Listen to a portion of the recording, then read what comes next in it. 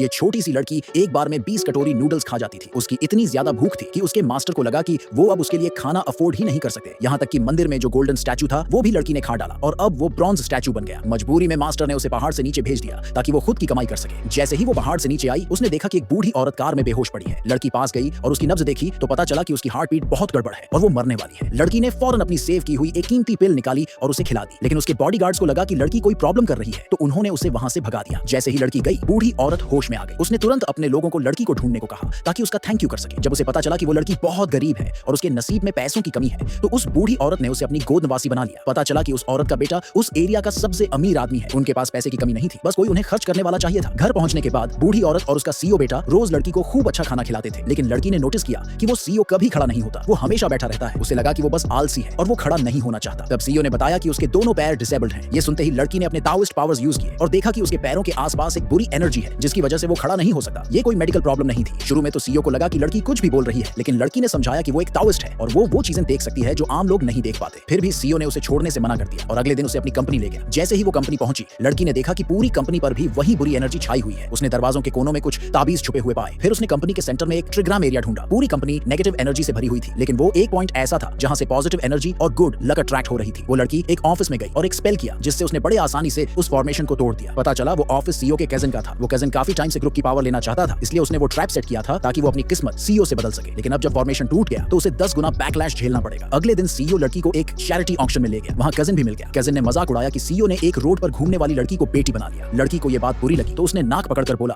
कि कजिन की सांस बहुत बदबूदार है। गुस्से में कजिन उसे मारने ही वाला था, लेकिन सीईओ ने उसे रोक लिया। तभी अचानक कजिन एक चेयर से टकराकर गिर पड़ा। ये देखकर लड़की ने धीरे से सीईओ से कहा कि अब कजिन की किस्मत बिगड़ चुकी है और आगे उसकी हालत और भी खराब होगी। कजिन को इस बात का अंदाजा नहीं था और वो अब भी सीईओ की किस्मत चुराने और ग्रुप को हड़पने का सपना देख रहा था। ऑक्शन शुरू हुआ। पहला आइटम था एक चीलन स्टैचू जो एक शाउना हैबिट को बहुत पसंद था। कहा गया कि ये स्टैचू बुरी आत्माओं को दबाने के लिए है। इसका स्टार्टिंग प्राइस था $8 मिलियन।